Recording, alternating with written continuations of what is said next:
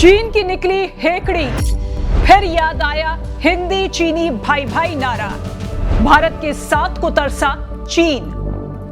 हिंदी चीनी भाई भाई ये नारा 1950 के दशक में काफी मशहूर हुआ, जो भारत और चीन की दोस्ती को बताता था। लेकिन 1962 में जब चीन ने हमला किया तो ये नारा धूमिल हो गया, क्योंकि युद्ध ने दोनों देशों के रिश्तों में बड़ी खटास पैदा कर दी। लेकिन अब उल्टा हो रहा है। चीन की सारी हेकड़ी निकल गई जब अमेरिका ने टैरिफ पर बड़ी कार्रवाई की। राष्ट्रपति डोनाल्ड ट्रंप का टैरिफ प्लान ड्रैगन के प्रति बेहद सख्त है, जिस पर चीन अपनी नाराजगी जता चुका है। अब जब अमेरिका ने पंजा मारा है तो ड्रैगन भारत का मुंह ताक रहा है, और कभी सीना तानने वाला ये चीन अब भारत को अपना सबसे बड़ा पड़ोसी बता रहा है। समझाई ड्रैगन हाथी की कहानी। दरअसल चीन की संसद के सालाना सत्र में चीनी विदेश मंत्री वांग यी ने कहा कि चीन और भारत एक दूसरे की तरक्की में मददगार होने चाहिए।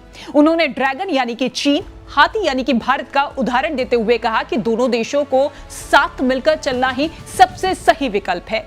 वांग यी ने कहा कि चीन और भारत को एक दूसरे की मदद करनी चाहिए, ना कि कमजोर करना चाहिए।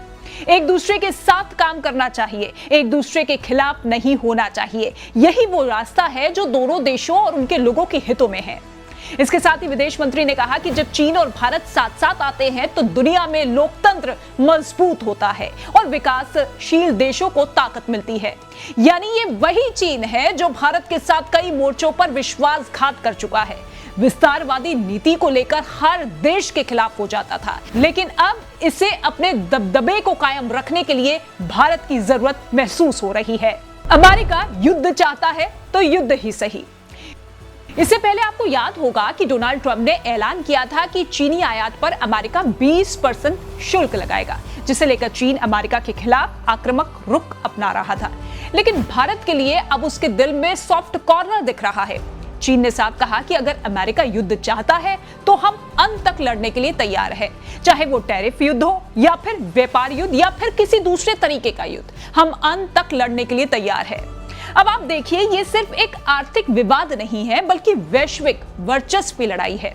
ट्रंप के आक्रामक रुख का मकसद एक व्यापार प्रणाली को खत्म करना है, जिसके बारे में उनका तर्क ये है कि इतने दशकों तक चीन को अनुचित रूप से लाभ पहुंचाया गया, लेकिन अब ये नहीं होगा। इस बीच चीन के राष्ट्रपति शी जिनपिंग अपने देश को उस तरह के आर्थिक और भू राजनीतिक अलगाव से बचाने की पूरी कोशिश कर रहे हैं, जिसने शीत युद्ध के दौरान सोवियत संघ को बर्बाद कर दिया था। चीन की अब पूरी कोशिश है कि भले ही ट्रंप से चोट मिली है, लेकिन इसकी भरपाई केवल भारत को साथ लेकर चलकर ही हो सकती है।